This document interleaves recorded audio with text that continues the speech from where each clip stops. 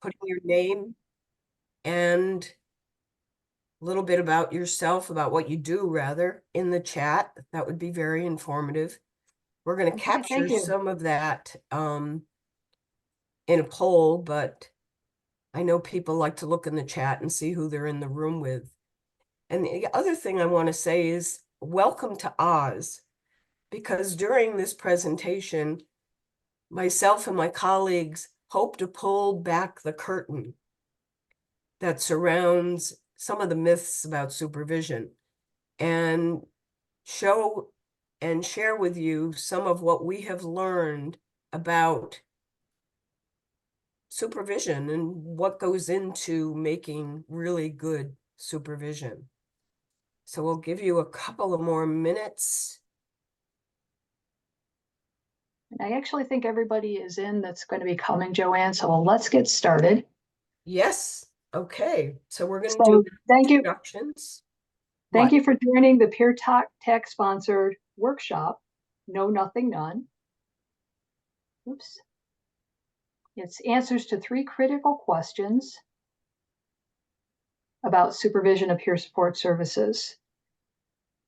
The presenters for this particular session are Dr. Joanne Forbes, Dr. Jonathan Edwards, Ms. Geeta Enders, and I'm going to be supporting from the background. But anyway, my name is Rita Kronice. I am one of the co-directors of PeerTech, and we're really glad that you're here.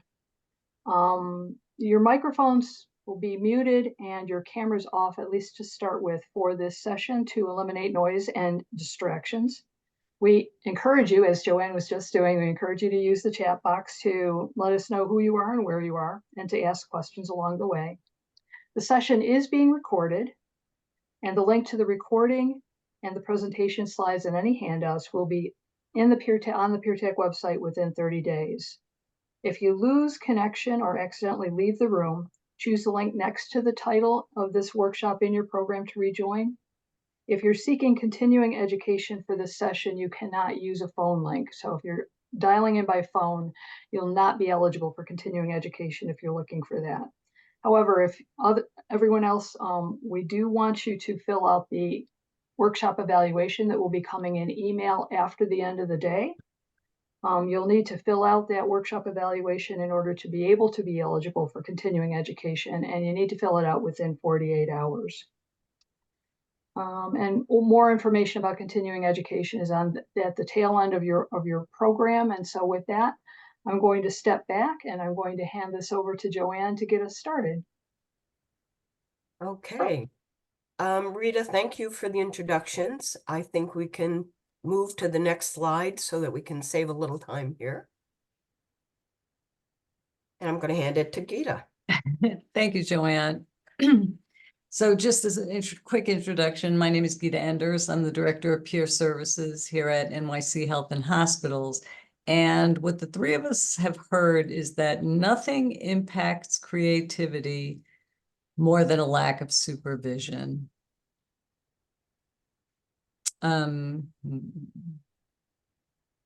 So I see a lot of you have already done this, but if you want to put your role in the chat specifically as you see on the screen, whether you're in CEO, C-suite leadership, program manager, supervisor, peer support worker, or non-peer support worker in a role, a similar role, or any other role. I see we have program director for adults,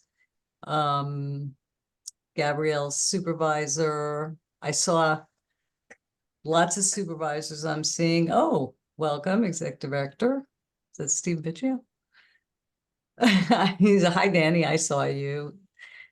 Danny is, I think, going to be new to supervising peers. Lots of, Ginger, program super director and peer feel the same way. Good to see program directors here.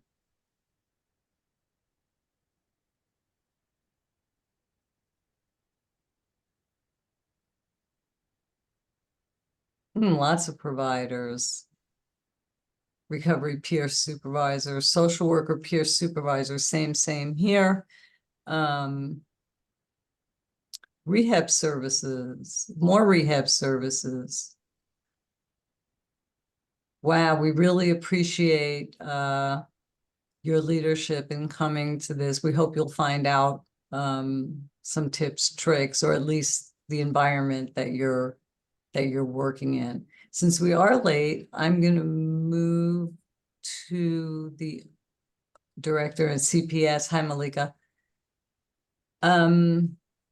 So just in the interest of moving forward, what we're hoping to achieve today is to allow you to recognize patterns in how organizations identify, train, and deploy supervisors of peers, discuss the impact of unintended consequences on supervision, and identify a specific action or pathway, a person, a place, a process that can remedy the challenges to supervision that we will discuss. Oh, hi, SUS. Okay, I think we can go to the next slide. Okay, I guess I will take this. Is Jonathan with us? I don't see him. I don't see Jonathan, no. Okay, so part of what we want to talk to you about today is really what's behind supervision, if you will. So these are what we felt are three critical questions. Did you volunteer to be a supervisor? Yes or no? Were any other responsibilities removed to allow time for supervision? Many, some, or nothing. And what training in supervising peer support workers have you received? Lots, some, or none. I'm going to spend a few minutes right now giving you some background about why these are critical questions. I have spent my entire career working in peer support and also training on peer supervision. And for decades, I did national training with my mentor and supporter, Ike Powell. And when we would do our peer supervision training across the country in states all over the place, places I'd never been, and I can tell you, do not go to North Dakota in January. It's not a good place to be, but there we were. Every place that we did a training, my colleague Ike would ask these questions. And for over a decade, we tallied the responses. And we're going to do that with you again. I know you might have been in the keynote with Jonathan and you did some of it, but as he mentioned, we're really in the beginnings of another wave of research on this. So when my colleague Ike would ask these questions, 500 people, we estimate, over that decade, answered, did you volunteer to be a supervisor? No, they were voluntold. Were any responsibilities removed from their plate to allow them to have time for supervision? No, nothing was removed. And we've added this other question about being trained, but I can tell you from being in those rooms for all those years, the people were in those rooms to get their first training in how to supervise peers. They had not gotten any training. They had no idea what they were supposed to do or how they were supposed to do that. We felt it was important to pull back that curtain and to share that with you because in my experience with peers and being a peer and working in the peer community, we tend to take it on ourselves. So if your supervisor seems to have an attitude, what do you think? You think they don't like me. It must be me. Instead of thinking, oh, this poor soul got told to be a supervisor. They didn't want to be a supervisor. It wasn't something they asked for. They got told to be a supervisor.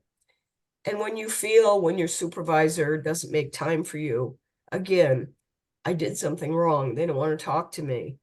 They don't make time for me. To understand that often it's because they still have everything they were doing previously on their plate. And it's not that they don't want to meet with you. It's that there's no room. And if you are getting supervision that really smells and tastes and feels like clinical supervision, if you're being supervised by a non-peer, it's very likely that they don't know how to supervise peers.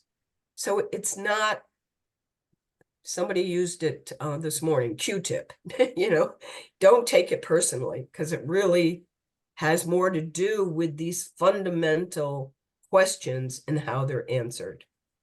Next slide, please.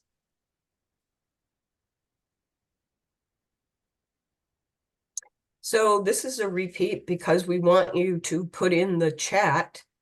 Again, apologize for the redundancy, but sometimes at this hour in the afternoon, it's a good thing. How many of you volunteered to be a supervisor? And again, we are seeing an evolution. It is shifting as more peers step up and are recognized. Seeing lots of no's with the occasional yes. iPad says yes.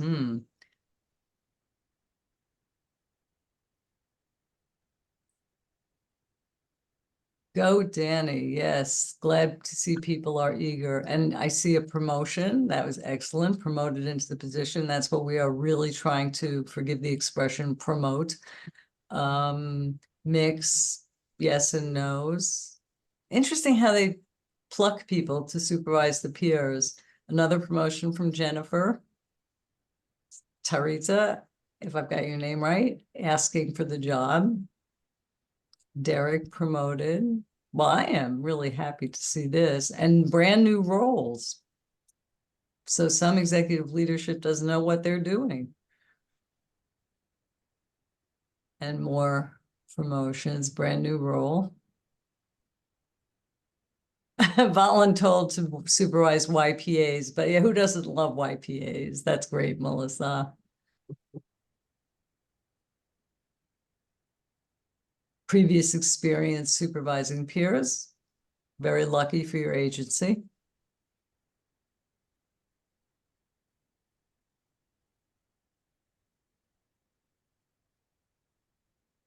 Okay, we may want to continue. Sure. Before we do, I just want to comment because I want you all to take in how important it is, how it really shapes your work if you volunteered or are voluntold. It's important. And sometimes, when you get voluntold, it feels like a compliment, and it frequently is a compliment. So we kind of skip over that part and don't really think about the impact. I'm sorry, get a next question is, was anything removed? Were other responsibilities set aside so that you actually had time to meet with your supervisees? Again, in the chat. And whoa, seeing a literal waterfall of no's. yes. Yeah, so you're doing everything you always used to do, but making time for peers. Oh, hired additional peers. That's always a stroke of luck if you have available lines. Was Melinda able to hand off your caseload of clients? That's truly amazing and fabulous. Jane is understaffed. Yeah. Don't have a caseload. Waiting for New York State Department of Budget. Okay, that'll be a little while. Speaking here, working for the city. A smaller caseload. And Miranda, who I'm getting the impression is a little put upon, had to figure that out on her own. So it's interesting to me. I just want to mention that. Ooh, that's very interesting. The team lead position. It's interesting that we do have a variety of responses, but the first thing, 8 peers, Derek, that is a lot. And we'll be talking about evaluation probably at some point, but yeah, I supervise 8 people and evaluations are a big thing. Big time sink. But yeah, avalanche of no's, but then some very interesting responses about people being able to make the time, although it sounds 18 peers. Oh, Melinda. We have our Kings County Hospital has approximately that many peers on our mental health side alone.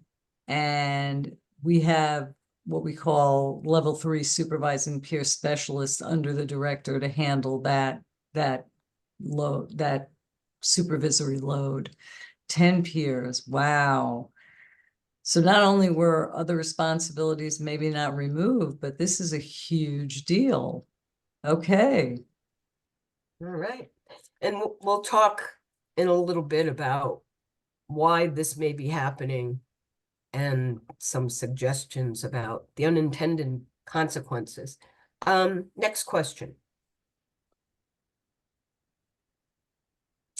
What training have you had in supervising peer support workers? And again, just a little pullback of the curtain. When you look at the literature, which unfortunately I had to do when I did my research, and when you talk to folks, a lot of supervisors don't get training in supervision. If you're a field instructor, for example, for a program, an academic program, they frequently insist on training those field supervisors in how to supervise.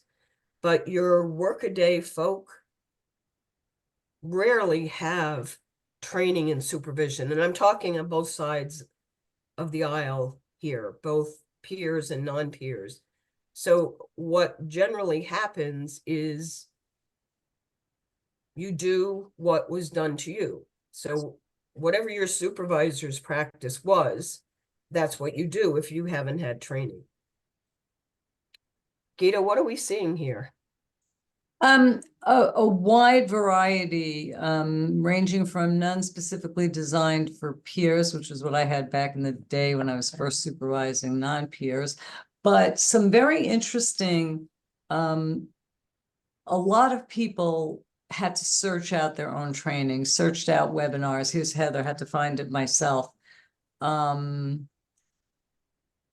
do think certified supervision track, go David. Yes, we think those are, we hope those are very helpful. Peer TAC and APS. Don't forget to look at the supervisor specialty tracks if you are a certified peer support specialist. Clinical supervision, helpful, as Jonathan may have discussed in his keynote, but peer supervision is a little different. And what I'm really interested in seeing is people who have done peer specialist work who were then promoted into supervising peer specialists. Shimona, we love the APS supervisory specialty track. We have, a number of us have worked on that as well. D, self-taught until a peer with 18 years experience and then learned. If that doesn't embrace the core peer value of mutuality, I have never seen anything that did.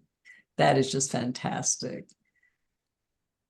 Ginger, it's great that you've had supervision. I see you're doing dual recovery coordinator. This is becoming more and more common, although this conference is largely geared towards what we call Mahoder's clinics. We used to call I think Article 31 outpatient. It's great to see people from the SERPA side of the house as well. So yeah, all over the place. Okay. I think I'm looking at my slides. We're ready to move to the next I one. think we're ready to move to you, Joanne. Well, I'm actually going to invite Jonathan if he would like to step up to this. I've talked a little bit about the background, but Jonathan, if you wouldn't mind talking about the impact of some of these unintended consequences. Yes, sure. And hello, everyone, again.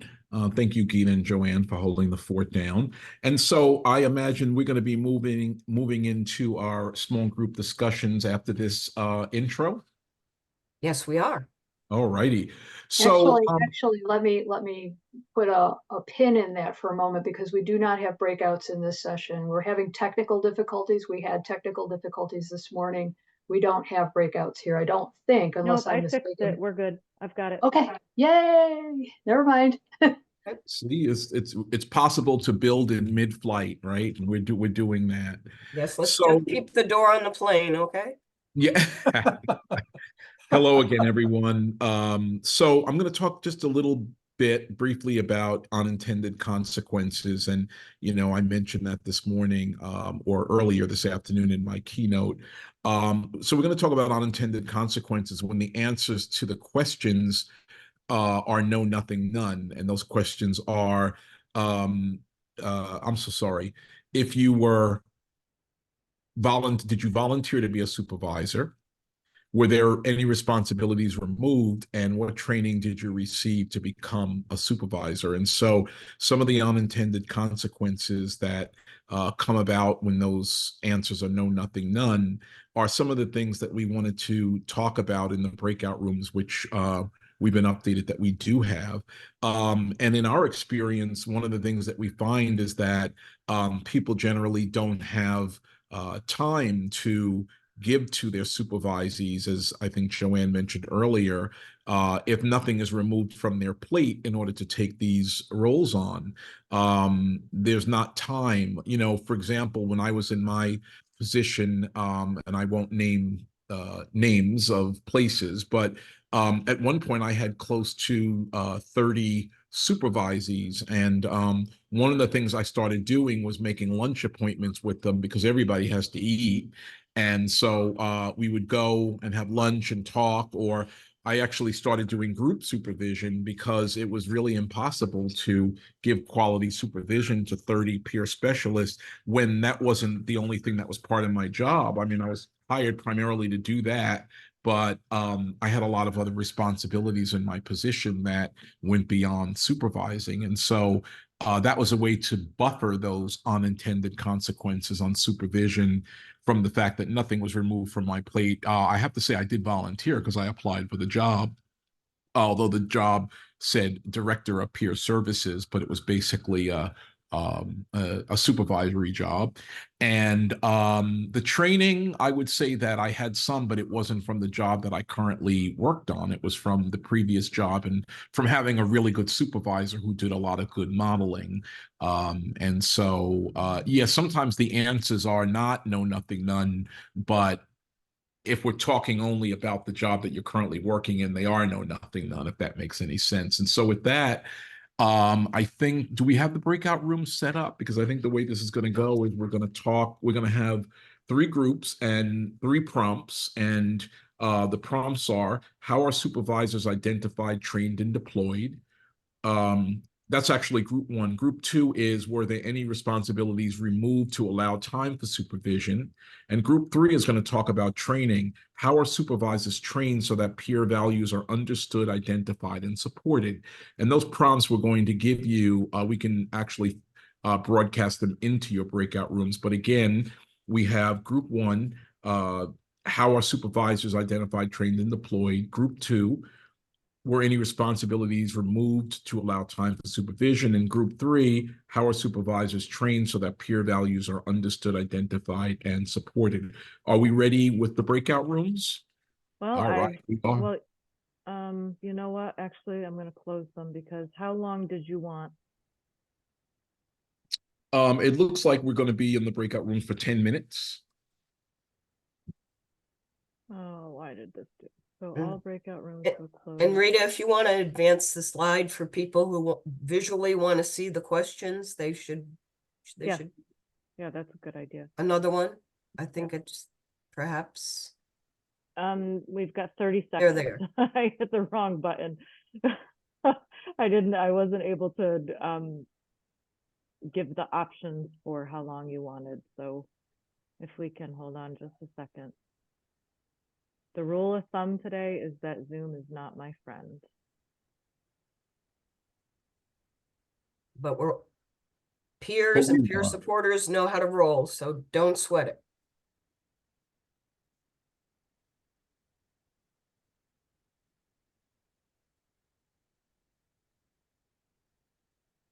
Okay. So how long did you say you wanted them, Jonathan? 10 minutes. Okay, and everybody knows, I didn't change the names of the rooms, so hopefully everybody knows the names of the rooms. So 1, 2, or 3, and I'm gonna open them all, and people can join as they want, I think.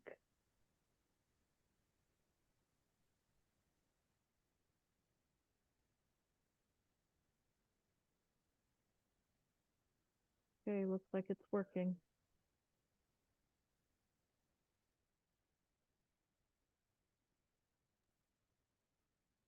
Do you have the prompts to put in the different rooms in the chat in the different rooms, or can we do that through the main chat? We could do that through the, we can broadcast it through the breakout room. There's something that says broadcast. So we can just put 1, 2, and 3 because they know what groups they're in.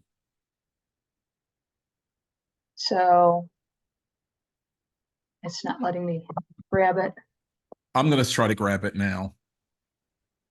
Can you do that, Jonathan, or do you need me to Yes, do I it from- can. I'm doing it. Yep, I Okay. have it.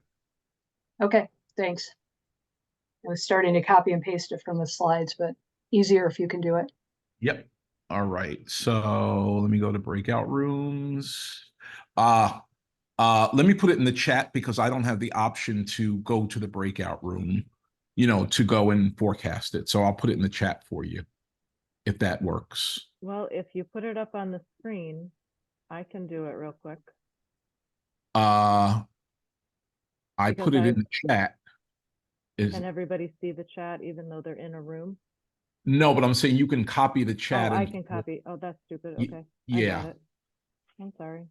That's okay, because I'm not co-hosting, so I didn't have the ability to go to the breakout room and send everyone a message.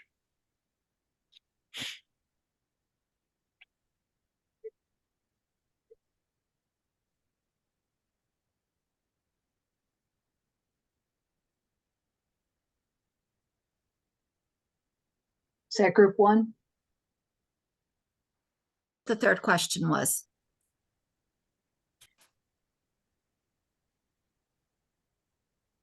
I had this training years ago.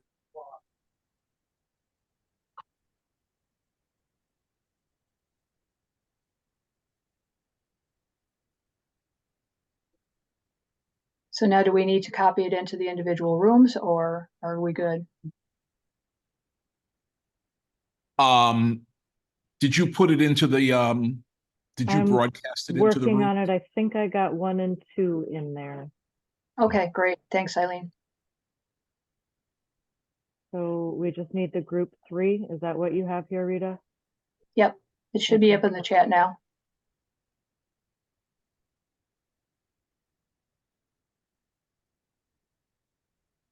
So someone's wondering, how do you get to group 3? So if you look at the bottom of your screen and hit the more button, you should be able, it should say join breakout room. And if you click on that, you should be able to pick group 3 and get there. Or group 2, or group 1. Yeah. Oh, okay. Yep.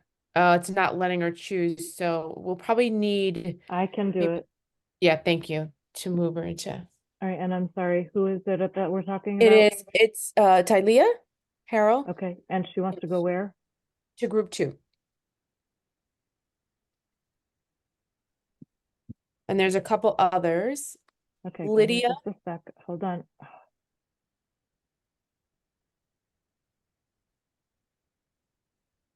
All right. Leah wants to go to 3. Got it. Okay, I'm sorry. Next. Yeah, and then Lydia, I believe, would like to go to group 1. Leah. Okay.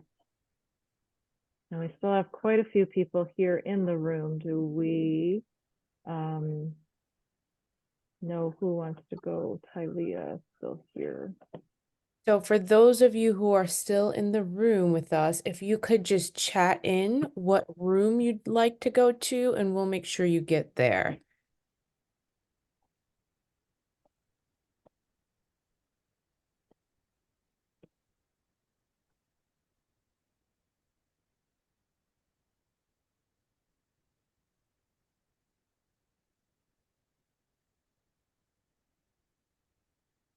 think we're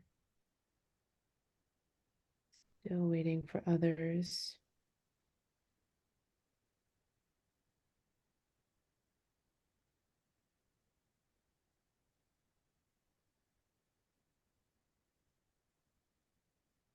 Anna, can you let us know what room you'd like to go to?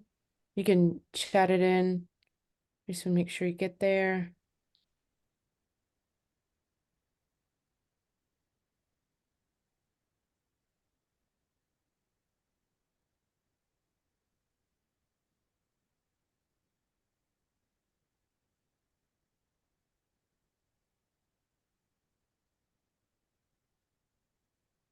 Eileen, maybe if you can just, okay, just assign random rooms for folks who are still on the call. I'm not sure if maybe they're not connected or for whatever reason.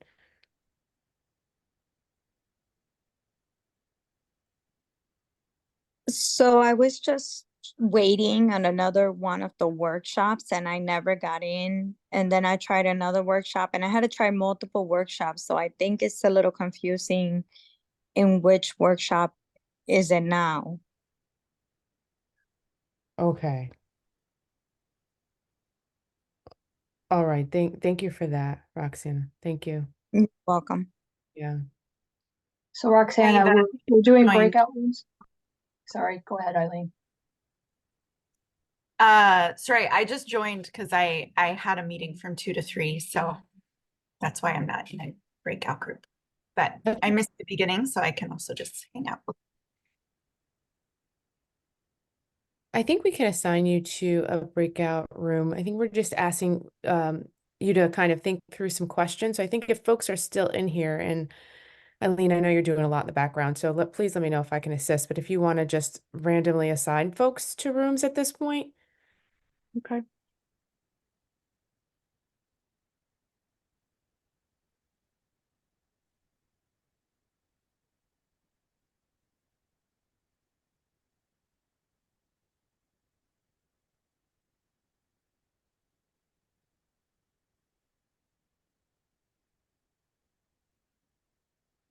A lot of these have picked a room and they're just not, they didn't join. Oh, interesting. Okay, so Erica, Anna, or David, are you there? Are you able to hear us?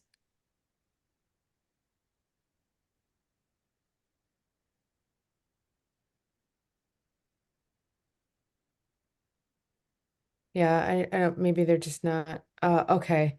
Erica says she's having trouble joining the room. It keeps kicking her out. Um, let's see if I can move her someplace else. Here, Okay. let's try this one. Okay. We're down to 1 minute and 45 seconds left anyway. Okay. So then at this point, then we don't Yeah. need to move anybody else. Do you Yeah. want to extend it a little? I think you can keep them open when the prompt comes up. It says keep them open or bring them back. So you can keep them open and then manually shut them. Just to give them a few more minutes. Yeah, we're doing good on time, I think.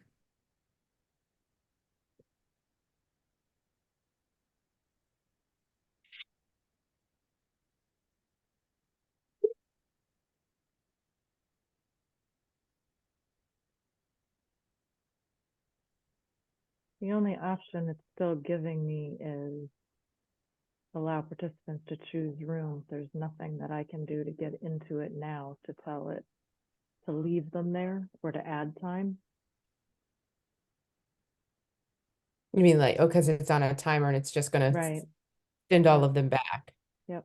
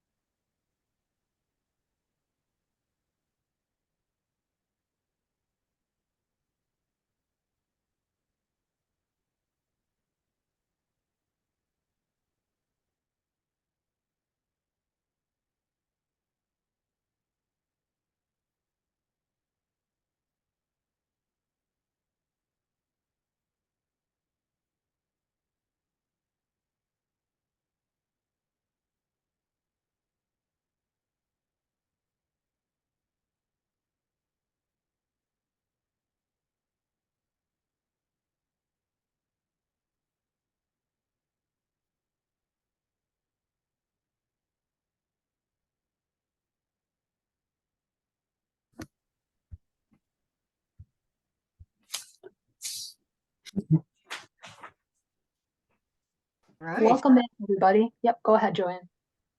No, I'm just welcoming everyone back, giving people a chance to either turn on their video or not. And I'm looking for Gita and Jonathan. We are here. Okay. And Rita, if you could share the slides, please. Did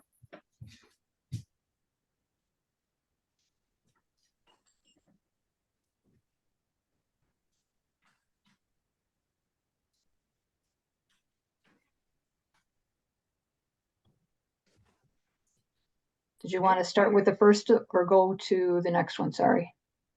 Those were the 3 questions, and then this was the group discussion. Is that where we want to be? Oh, I think we want to at least summarize a little bit about what we learned in our groups. Okay. That sound about right? Yep, that sounds good. Thanks. Okay, so I'm assuming room 1 was this question. Yeah, that was group 1. And Jonathan, were you in that room? No. I was in room 2, which is the second question. And where did Gita go? I was here.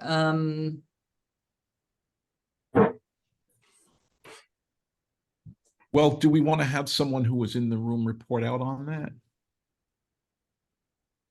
That would, That'd be great.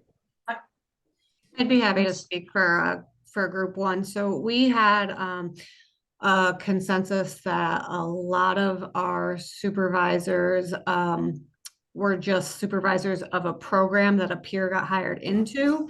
And so they automatically took over supervision of the peer as well, regardless of how they identified or if they got training at all. Interesting. Jonathan, I'm sorry, were you saying something? No, I didn't say anything, but it's funny, I was thinking about speaking, so maybe you felt I like knew it. that. We've worked Yeah. together so long, I knew that. So thank you so much, Caitlin. Anyone else in that group you want to speak to the prompt, how are supervisors identified, trained, and deployed? I'm sure a mountain of information came up. I'll speak for group 1 anyway. I think we had a really great discussion. And you said, how were they identified, trained, and deployed? So I had a really wonderful supervisor previously that saw some of my own strengths that maybe I didn't see, and cultivated me from, I'm a peer myself, I have my own life experience, but moved from an overnight staff and a peer to program director in under 3 years.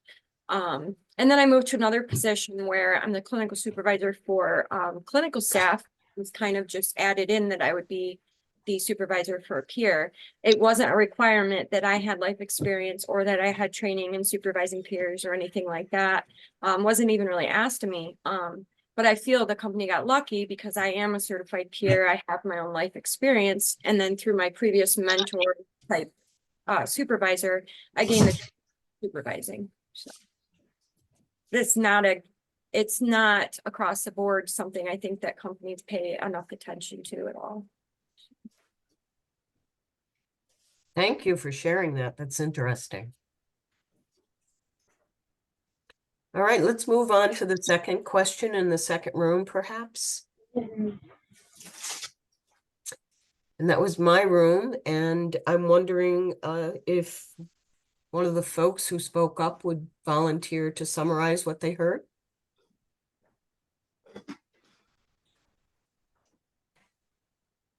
I can voluntold somebody. Sure, I can go. Thank you, Chad. Yeah, no problem. I think from what I hear, it's that time is a commodity on which we are paid, and yet the time that we spend in supervision is not paid. Therefore, it is hard for agencies to carve out that space. caseloads are very high for people who are voluntold to take on supervisory roles as well as volunteer for those roles, and yet still maintain the health and wellness of the agency because they continue to produce billables every day. So, you know, I had said at the end of my little piece just that we need more people in the field so we can do less and we don't have to wear as many hats. Amen. In the essence of time, let's move to question 3 in room 3. And Gita, I'll hand it to you, please. This is almost a Rita Cronise question, but if we could hear those of you who are familiar maybe with the National Practice Guidelines or not, or your own understanding of core peer values, to speak on how peer values are understood, identified, and supported or not at your agency.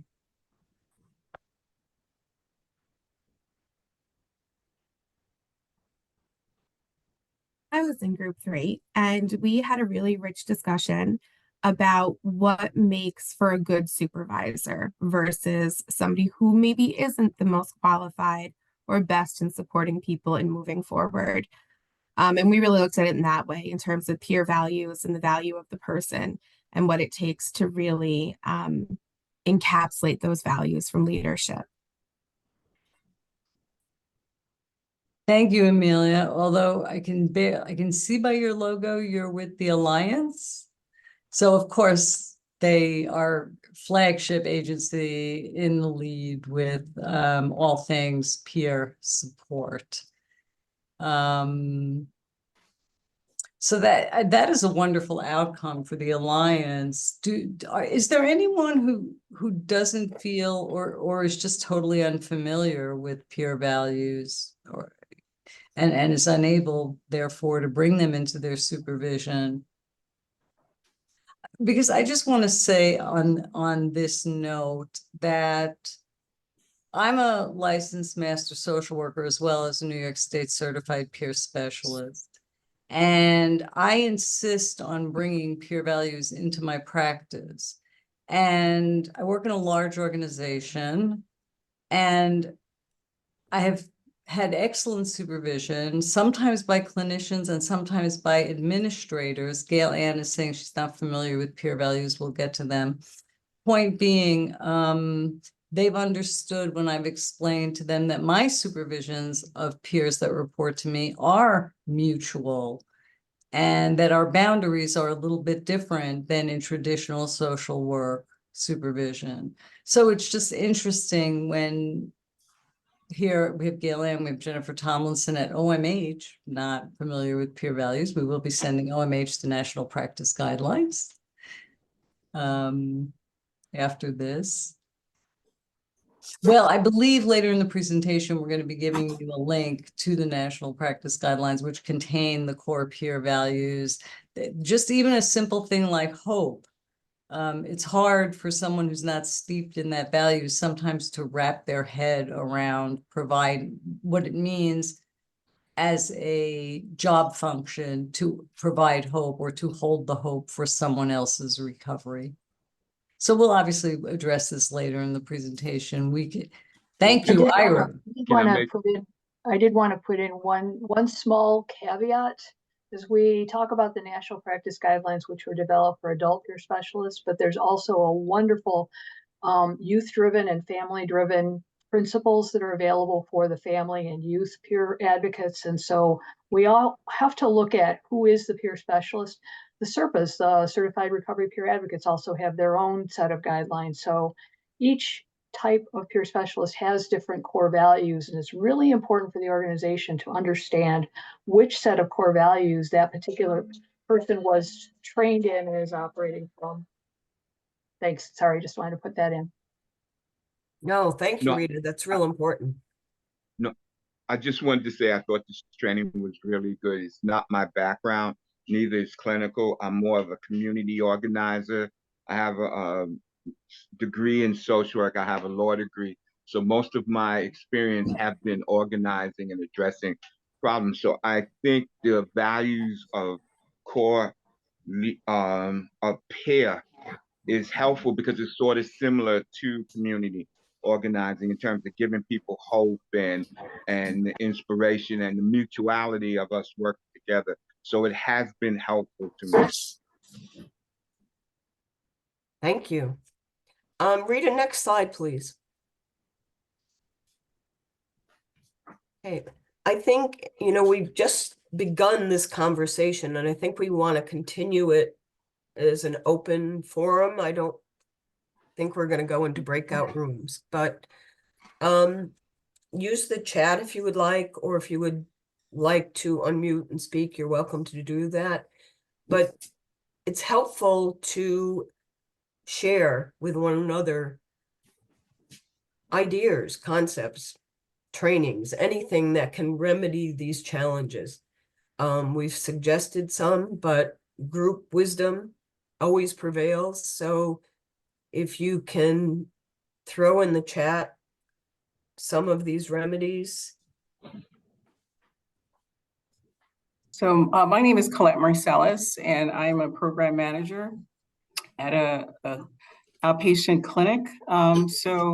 I've never worked with peers before. My purpose for attending this training was to get some, ideas and to get more education. My goal is to bring, peers into the clinic. And so I wanted to, have some, training and get some knowledge from this setting before, bringing peers into the clinic environment. Absolutely wonderful. We really applaud your wisdom for acknowledging what you don't know. I know as a young person, I thought I knew everything, and it turns out I knew nothing. I've learned as I've aged. So I really appreciate your sharing that with us. Thank you. My name's Rita, you're a Ginger great Merritt. chat reader. If you would mind taking over, I'm going to step back for a moment. I'm sorry, were you talking to me, Joanne? I was so busy answering people in the chat. There's great conversations going on in the chat.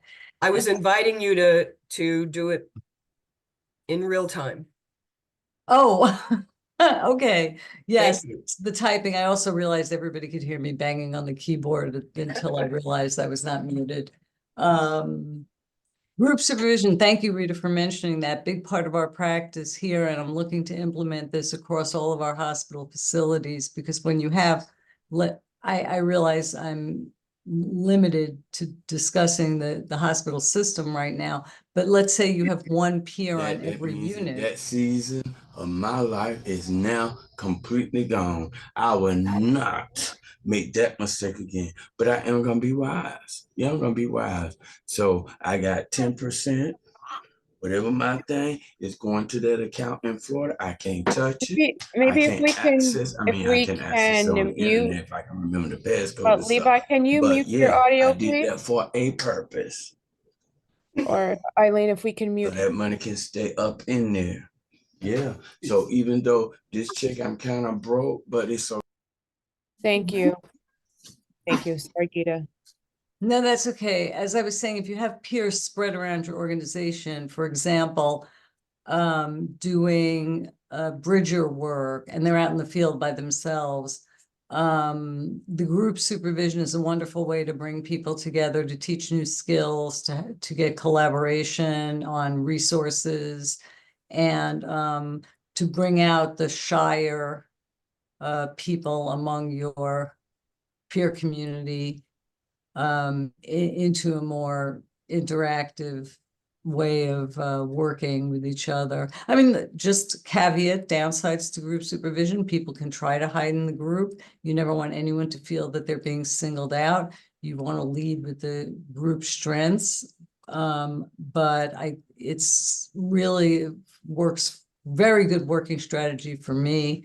I have 6 peers in a peer health coach program, and it's amazing the knowledge they trade amongst themselves. Sometimes I don't even have to be there. I can just sit back and listen. What would you like to say about HR, John? Because there are a lot of HR considerations having to do with, well, I was to say having to do with peer workers, having to do with all workers. Well, I suppose it could either be a good thing or a bad thing. It depends on how an HR department approaches things, I think. So like in my personal experience, we have a great HR department, and they specifically recognize that when you're dealing with peers, you have just a different, you have to approach things differently. And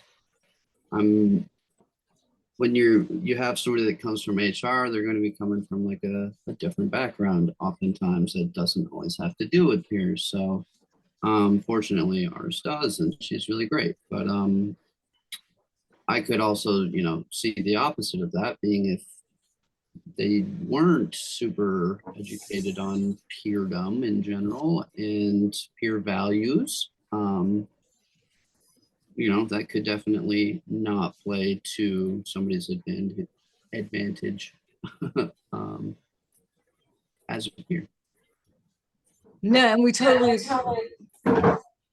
I feel like I'm hearing an echo. We totally appreciate that, John, and this is one reason we're starting to work out practice guideline, peer-informed practice guidelines for executive leadership, because it's got to trickle down, especially in large agencies like mine. We've got to get a trickle down going to HR departments so that there is an understanding. I mean, here at H&H, HR is very cognizant, but we also have 99 peer support workers and counting. So the bigger presence we become here, the more attention we get from HR and the more understanding they are of the, I don't like to say special needs, just of the I would almost call it the dialectic between an organization and its peer support staff, if you will.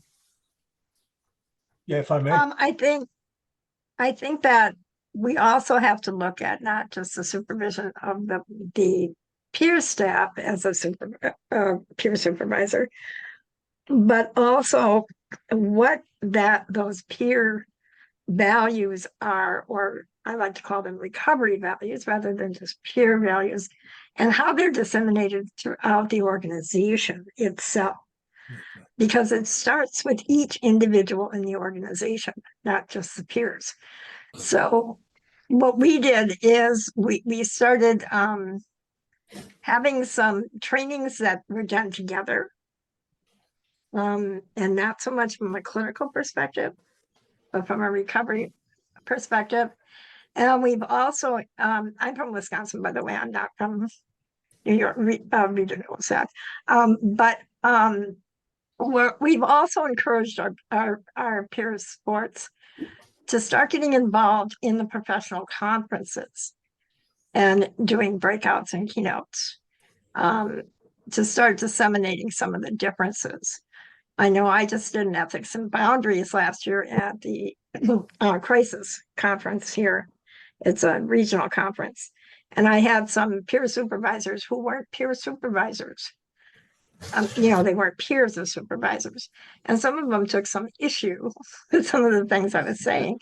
And so I had to go to the Q-tip thing, why are you uncomfortable with that? Let's talk about that, because they're still coming from the clinical perspective, the clinical side, and we're coming from the recovery side. So getting the two sides together to talk in conjunction with each other. So at the agency where I worked, we also had peer specialists sitting in clinical supervision every week. And it wasn't so much to get us indoctrinated into their clinical stuff. It was to do that systems transformation piece, because something would be brought up about an individual by name. And it's like, well, let's not talk about Charlie. Let's talk about the challenge you're having with Charlie. Because Charlie's not here to defend himself. So let's talk about the challenge. So that we're not only, just in our own little circle as peers, but we're a big, huge piece of that system's transformation. And we're always at the table in Wisconsin. So just throwing that out there for you guys. Yeah, one of the things that, I'm sorry. May I? No, go ahead, Bill. We'll get to everyone in the wrap up.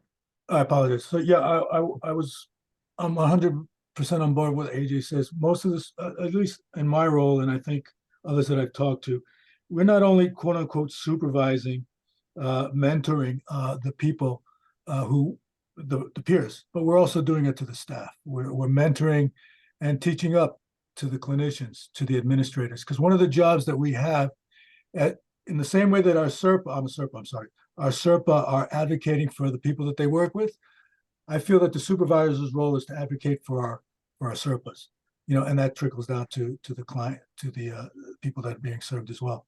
And so that's really, really important. A lot of what they do or say comes out of ignorance. They just don't know.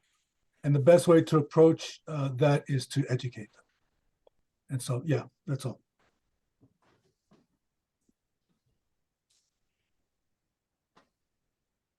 Anyone else? Okay. Let's move on. Read the next slide, please. So one of the things that we wanted to share with you is if you are a non-peer supervisor, this is really directed to help you think through what you might do to remedy some of the barriers that you're experiencing as a supervisor of another professional that's different from your own. These 4 things come out of my research. This is a teaser. Friday for day 2 of this summit, I will be presenting the findings from my research, which really had to do with the experiences of peer support workers supervised by non-peer clinicians. And the first thing that peers shared that made a difference is when the clinician demonstrated an attitude adjustment. And what that really meant was to shift your lens from looking at peers as clients and consumers to what was said this morning in the keynote, the looking at peers as colleagues and professionals with expertise that you badly need to help the people that you want to help. Because let's recognize that everyone goes into this business in order to help somebody. This is not high-paying work. This is not going to make you famous. Nothing, you're not going to go to Hollywood. You chose to do this because there's something inside you that you want to help people. So if you're the clinician, that's why you're there. And that's why the peers are there. So you have that perfect partnership to bond together and figure out how to support somebody on their journey to recovery. So that's what I mean by attitude adjustment.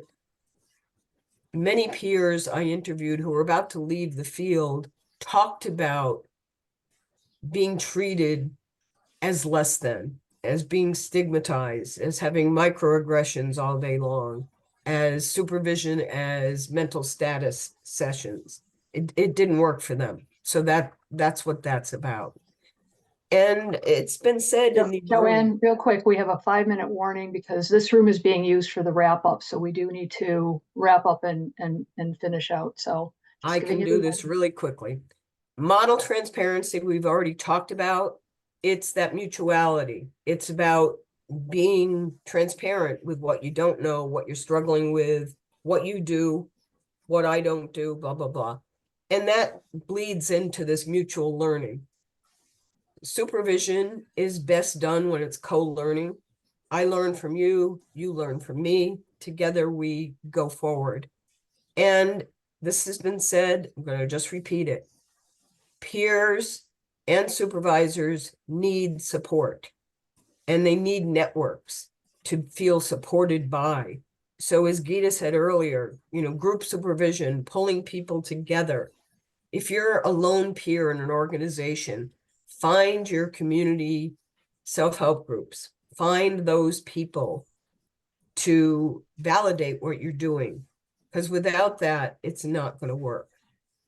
Whew, that's my short one. Next slide.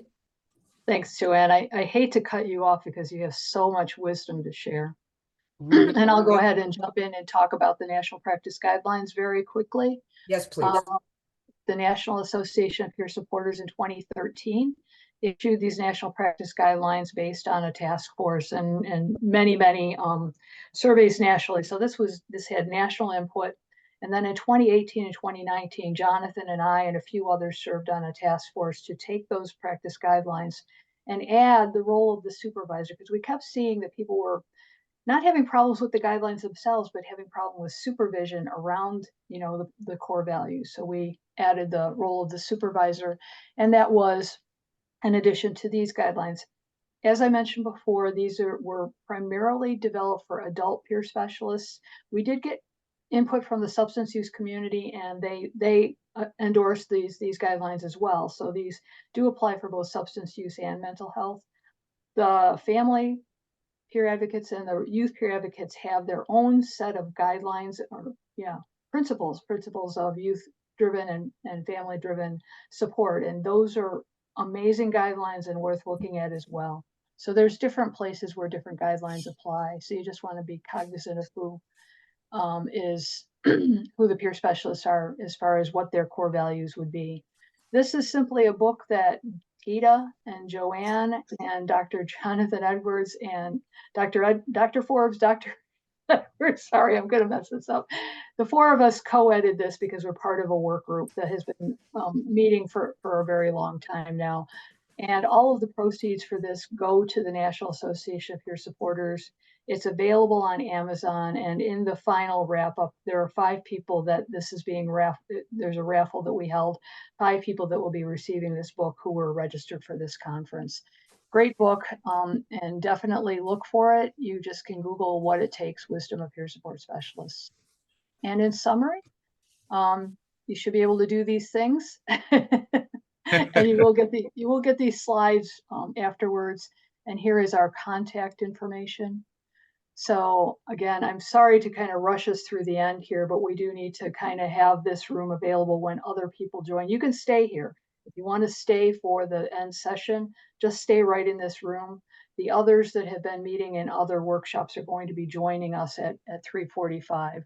So if you have anything in the chat, go ahead and ask chat questions. We can probably take a few questions for the moment, but we're going to make the transition. And what I will say is thank you so much. First of all, thank you so much, Eileen. This has been quite a day, and you have just done an amazing job of wrestling with all of the tech issues and really still having the ability to do this conference. It was really great to have you here, and we really appreciate it. Dr. Edwards, Dr. Forbes, Gita Enders, thank you so much for this presentation and for allowing me to be along for the ride on this one, because Dr. Forbes, you really came up with a lion's share of the first idea of this, and then Jonathan, watching the two of you kind of work together, and then having anyway, I won't say anything more about that. We have a great work group, and I am just so thrilled to be a part of it. Just as a reminder, you can get continuing education credit for your participation in this. The Alliance will be sending an email with the workshop evaluation that you have to complete within 48 hours. Even if you don't want continuing education, please fill out that workshop evaluation. It really helps us to kind of fine tune what we're doing or change what we're doing based on your feedback. So really appreciate that. And as I said, just stay in this room if you want to be part of the closing session. And with that, I'm going to take down these slides and put up a different set of slides. And again, thank you so much for being here.